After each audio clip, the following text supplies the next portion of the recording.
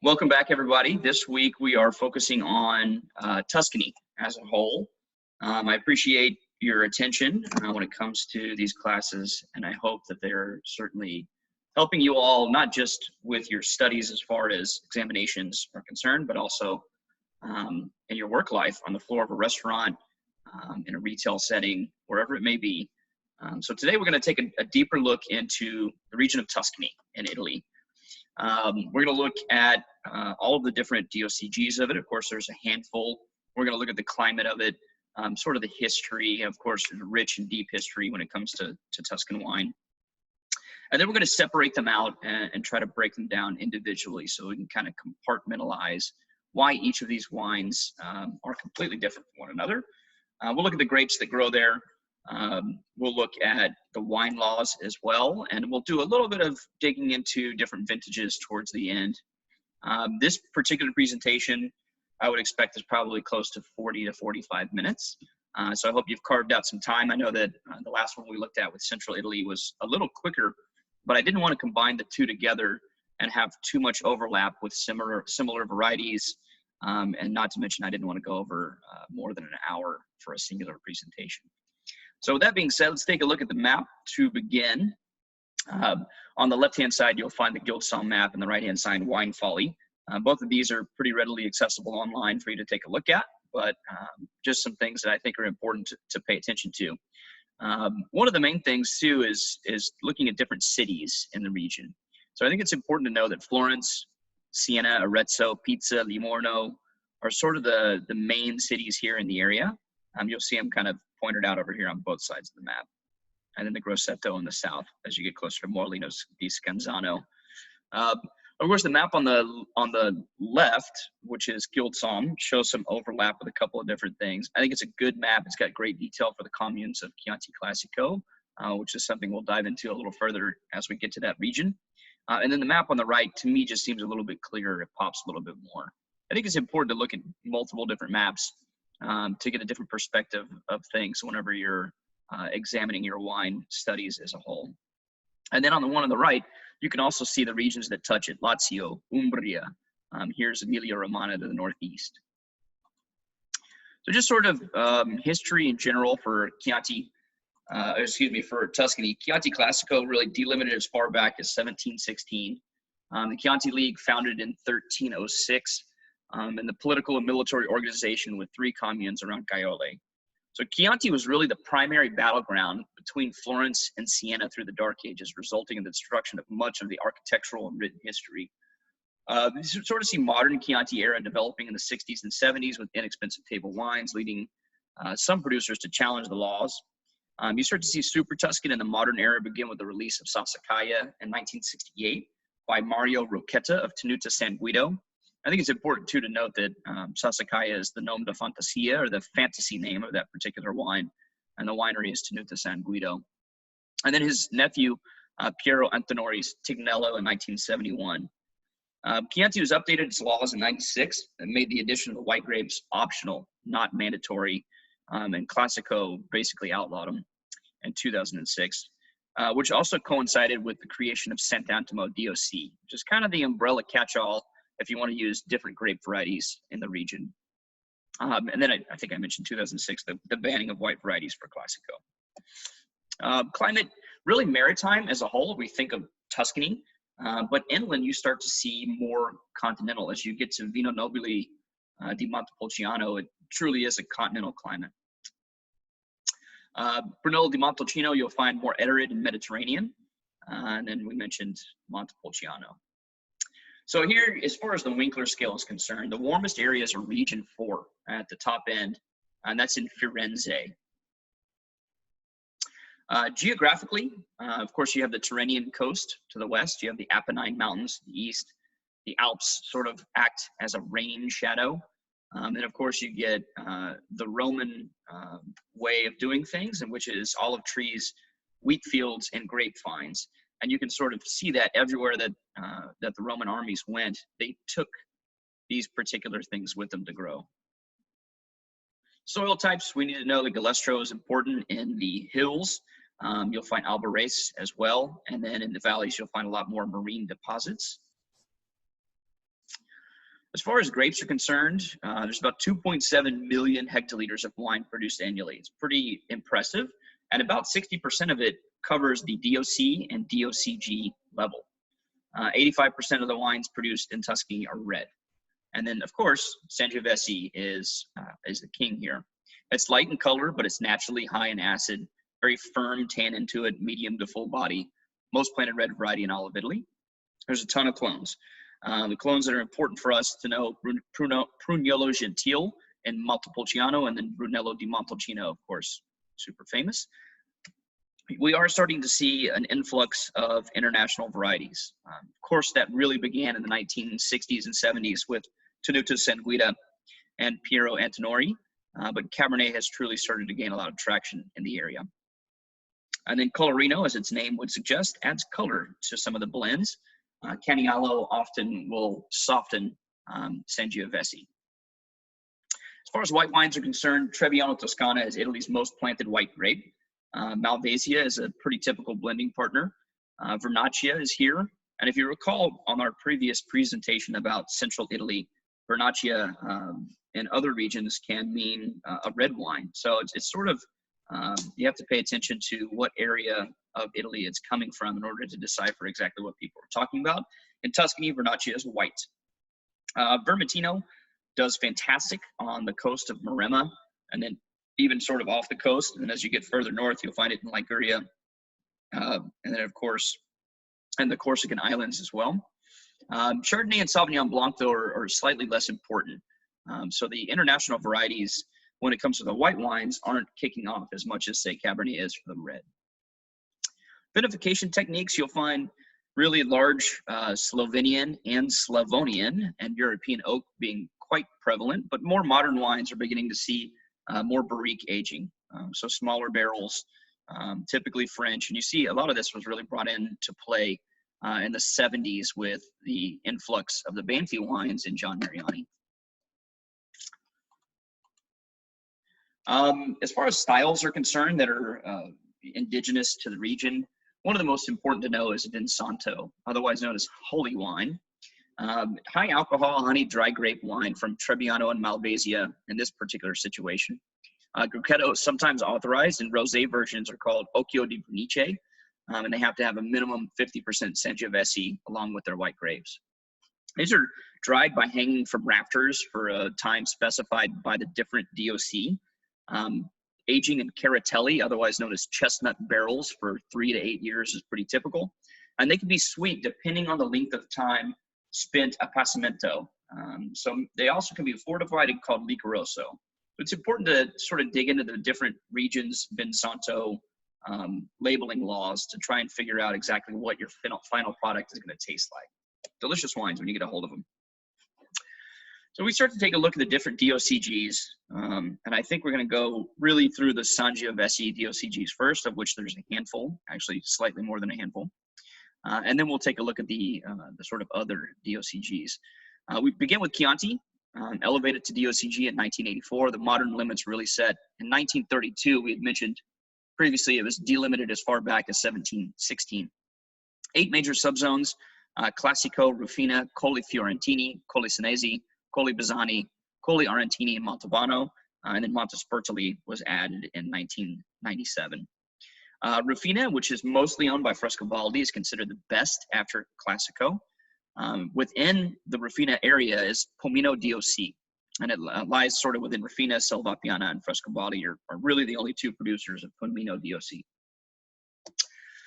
Here is the Chianti production zone map that I was discussing earlier, and here's Lieutenant Dan, otherwise Gary Senesi, letting you know that Collini means hills, very important. And so we talked about earlier that Galestro is pretty prevalent whenever it comes to the hills of the region. It's important to know that this is a very hilly region. And so anywhere you see Colli or Collini, you're running into the hills. So right at the heart here is Greve. You see Florence to the north and Siena. And as we talked about earlier, really Chianti Classicos as a whole was the battleground for battles between Florence and Siena. Pretty interesting. You see more Chianti DOCG out here, but I think it's important to note too, let's take a look at the different regions, right? So this is Pisa, and you'll see the city of Pisa here, and that's where Collini Pisani is in the hills of Pisa. You'll also note that the Arno River flows north all the way through here, through the Colli Fiorentini. Look, here's Colli Fiorentini in the northern part, and it's in Firenze and Florence. Interesting, right? Chianti Classico, that's really the Classico region, right? It's always at the center of an area. Colli Arentini here is in Arezzo, right? Colli Senesi, find it in Siena. It starts to make a little bit more sense as you break it down. And then just remember too that Rafina is in Florence, or excuse me, Firenze. And then you'll find the two additions, Montalbano, which covers both Pistoia and Firenze, and then Montespertole, which is here in Firenze as well. Pretty good way to look at it. As far as requirements for Chianti DOCG, there's a ton of them, right? The first and most important is how much Sangiovese it's required. So the subzones are 70 to 100% Sangiovese, with Colli Senesi standing out for 75% plus. So slightly higher requirement for Sangiovese and Colli Senesi. Your white grapes are optional when it's just Chianti, right? We're not talking about Classico, just Chianti. Your Cabernet may not exceed 15%, and slightly less for that Colli Senesi region of 10%. Governo, which is re-fermentation with juices of dried grapes or must. This practice strengthens the wine and kicks off malolactic. It's permitted, but you have to label it as Governo alla Uso Toscana. And typically your quality producers try to avoid that. Normally released March 1st, the year after the harvest, with Rafina, Montespertole, and Colli Fiorentini requiring slightly longer. You get 2 years aging requirement for Reserva, and Superiore adds a 0.5% ABV and lower yields. And then you've got 11.5% ABV required here. Notice that there's nothing said about oak here. It's just 2 years aging, and we'll continue to talk about that as we move forward. Chianti Classico DOCG, also upgraded in 1984, was delimited by Grand Duke Cosime Il de' Medici in that 1716 that we mentioned previously. Original villages were Rada, Gaioli, Castellina, and Greve. Here you see the Galestro soils that are soft, friable, marl-like. Sangiovese loves it, right? And then you'll see some Albarese, which is sandstone, a little tougher. Minimum requirement of 80% Sangiovese. White grapes are no longer permitted, and your ABV is 12%. May be released on October 1st, the year after harvest, so 7 months later. They've got 2 higher elevations of labeling with Reserva and Gran Selezione. Reserva is 24 months age plus 3 in bottle, ABV 12.5. And then you go to 30 months plus 3 in bottle for Gran Selezione with an ABV of 13%. I would say pay attention to those aging requirements. Pay attention to your alcohol contents here as well. Note, again, no oak requirements. Most people utilize oak, of course, but you don't have to. And we mentioned earlier the Rada, Gaioli, Greve, and Castellina as the original communes for Chianti Classico. You can see a handful of others here as well now, including Castelnuovo, Berendenga, as you get closer down to Siena. And of course, the famous Consorzio, the Black Rooster up here, and the delimitation of 1716 listed on the Consorzio label. So we'll look at Tuscany again before we jump into, I think it's always important to do your map work. We're about to look at Brunello di Montalcino a little bit more closely. We just spent all of this time talking about Chianti. Look at all the different regions where you can produce Chianti, right? And then you get these smaller little areas for Brunello di Montalcino, and of course, Vino Nobile di Montepulciano. And then we'll start taking a look at some of the more coastal things as we move down. Well, we start with Brunello, right? Sort of the king of Sangiovese, 100% required. Clemente Santi of Tenuto Greppo's Biondi Santi invents the style by bottling it alone in 1865. He creates a Reserva in 1888. It does overlap Colli Senesi, and we can run back to that real quick just to take a look. You can see Senesi right here, overlaps just a bit within. And same thing over here with Vino Nobile di Montepulciano. There's 24,000 hectares, of which 5,000 are authorized for Brunello. So quite a difference when we talk about size for growing region. Here you've got to have 2 years of oak aging plus 4 in bottle, or if you want to call it Reserva, 6 in bottle before the wine gets released. You can release it on the 5th year after the harvest on January the 1st. Galestro in the higher altitude vineyards, which is clay and warmer southern reaches. And then you get more fossilized marine deposits everywhere else. And so you can see sort of this gray, marine, chalky soil throughout the region, which is pretty fantastic and pretty unique to the area. The main frazioni or sub-communes are Sant'Angelo and Colle here, Castelnuovo dell'Abate, which is here, and Torrenieri here for Brunello.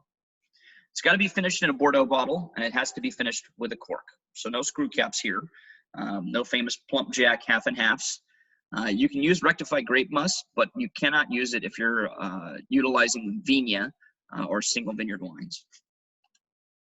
This is a really fuzzy picture that I took of a set of 2009 Brunello di Montalcinos that we tasted on top of a castle in Brunello, which is pretty fantastic. Here was the list of the wines all the way down, and you can see some of the big hitters: Bonfi, Poggio, Casanova di Neri, Mastroianni, Argiano, Celera, Biondisanti, Altesino, Fuellini, Poggio alla Mura, which is Bonfi's wine, Carpana, Pacenti, Talenti, and Costanti. And some views from the area from the top of the castle. Pretty stunning. You can see why people love going there. There's also some DOCs that aren't at the DOCG level for Brunello di Montalcino. You'll find Rosso di Montalcino, which is what we call basically baby Brunello, right? It's the same delimited region. It's also 100% aging, or excuse me, 100% Sangiovese, but it's only 1 year aging and there are no cask requirements. There's Sant'Antimo, who we mentioned previously with Chianti. This provides the Montalcino producers the super Tuscan capability, okay? And then there's Muscadello di Montalcino. These are white wines from the Muscadello or Moscato Bianco grape. Sometimes they're sweet, and they can be still or sparkling as well. Just east, we looked at the subregion of Colline di Sanese. You'll find both Brunello di Montalcino and Vino Nobile di Montepulciano sort of overlapping that. This was awarded DOCG in 1980, so prior to the Chianti wines. 70% Sangiovese, no more than 5% white. 24 months aged, 12 in wood, with 36 months aging for Reserva. And it's typically a little softer than Brunello and Chianti due to its more inland continental climate. And here it is again, just to continue to do our map work, right? Slightly more inland, excuse me, closer to Umbria, right on the edge, and typically a softer style. Morellino di Scanzano, another Sangiovese-based DOCG, was awarded in 2006. Sort of coastal and southern. Here your Reservas are aged 24 months. Maremma was really uninhabitable swamp until Mussolini drained it in the 1930s. And I want to point that out to you, and Grosseto sits within it. Morellino di Scanzano. Carmignano DOCG sort of overlaps the Chianti Montalbano. Here you're looking at lower altitude. Only half of it is Sangiovese, and then 10 to 20% Cabernet Sauvignon or Franc are required to blend. And you will find Carmignano over the Montalbano up here, where it overlaps with Montalbano. Important to note. Rosso della Val di Cornia. This was awarded DOCG for reds, or Rosso, of course, in 2011. This was formerly a subzone of Suveretto. So we kind of blended in here. It's 40% Sangiovese, maximum 60% combined Merlot and Cabernet Sauvignon, and then a maximum 20% other. And you'll see Val di Cornia is here. As we mentioned, formerly a subzone of Suveretto. And as you get out here more coastal, you find Bulgari, Suveretto, Val di Cornia, pretty interesting. And of course, only for Rosso is the DOCG. Bulgari, DOC, pure varietal or Bordeaux blend allowed. Superiore is 24 months in with 12 in Barrique, 12.5% ABV. You'll find Vermentino for the whites, although they use Sauvignon Blanc as well. And then Bulgari Sassicaia was elevated to DOC in 2013. It's really the only monopole in all of Italy for DOC. Let me mention that's right here as well. Important to note. And then your sort of other DOCGs, right? You've got Elba Aleatico Passito, which are sweet red Passito wines from Aleatico. And you get Vernaccia di San Gimignano, the only white wine DOCG in Tuscany, sandy rock-strewn soils on the hilltop of San Gimignano in Siena. I want to take this back again so we can look at where these are. Here's the Isle of Elba, where you'll find Aleatico Pasito. And here's San Gimignano, where you'll find Vernaccia di San Gimignano, the lone DOCG of whites there. Cool. So those are the regions really that I think are key when it comes to DOCGs, and a handful of DOCs to talk about. Let's take a look at different producers, and I think really trying to break down traditional versus modern in the area is pretty important. So we start by talking about Marquis Mario Roqueta, who launched Sassicaia by Tenuta San Guido in '68 and labeled it as Vino de Tavola. It's important to note, right, the IGT laws didn't come into play, the Goria laws, until the 1990s. And so for a long time, this was just labeled as Vino de Tavola. Today, it produces about 18,000 cases. Antinori's Tignanello follows in '71. The '82 vintage really sort of set the blend, though, at 85% Sangiovese, and it's really remained that today. Other Super Tuscans, Antinori Celaya, which is Cabernet Sauvignon based, Ornellaia, which is a Bordeaux blend, Massetto, which is Merlot, and then Lamecchioli is Paleo Rosso for Cabernet Franc driven. If you want to look at Sangiovese-based Super Tuscans, San Felice's Vigorello, Monteverdine's La Pergola Torte, Isola e Olena's Ceparello are all released as Vino de Tavola. And then traditional Brunello, you find Biandisanti, Talenti, and Soldera. More of your modern styles, you'll see Casanova de Neri and Mastroianni. So these typically, when we talk about traditional versus modern, we mentioned earlier, but large European oak when it comes to traditional Brunello producers, and then you'll find more Barrique, small French Barrique for the more modern producers. You'll also look at some differences in maceration. Typically, you'll see a longer maceration on the traditional producers, where it's a bit shorter on modern producers, knowing that they don't want to extract too much from the grape skin of Sangiovese. On the Tuscan coast, Ornellaia was purchased by Robert Mondavi in 2002 and then sold to Frescobaldi when Mondavi sold the Constellation. So the art series for Ornellaia started in 2006. Ornellaia's Bianco is made from Sauvignon Blanc and Viognier since 2013. You also find Tuorita, which is sort of a Garagiste, started in '84 in Coligny Metallifere. I just butchered that. Coligny Metallifere within Suveretto and Maremma. And then Guadalajara, which is now owned by Antinori on the coast. It sort of moved away from the super powerful rich wines in 2007. This wine's kind of famous here in Texas for winning the rodeo best wine 2 or 3 years in a row, I think. As far as producers within Chianti Classico, you'll find Montevertine located in Rada. Really that famously shunned white grapes to make 100% Sangiovese starting in 1982 as an IGT. Fattoria di Felsina, super traditional, established in 1966 in Castelnuovo Berendenga. Fontoti and Greve in 1968 for their Flaccianello della Piave. Really, that's their top wine, and it's 100% Sangiovese. We mentioned Ceparello with Isola e Olena. They also do the Barberino Val d'Elsa in 1950s. The Ceparello, of course, is their 100% Sangio, and stylistically quite modern. And then Badia Coltabuono, established in Gaioli in 1051. That is not a mistake. They are organic, and they are super classic. Also, by the way, I think we've mentioned Slovenian and Slavonian oak a couple times. I want to make sure that everybody knows Slavonian oak is from Croatia. Don't get it confused with Slovenian oak. I didn't notice that until just a couple of years ago. I just always thought it was 2 different spellings of the same thing. More within Chianti Classico, you'll find Cerciabella.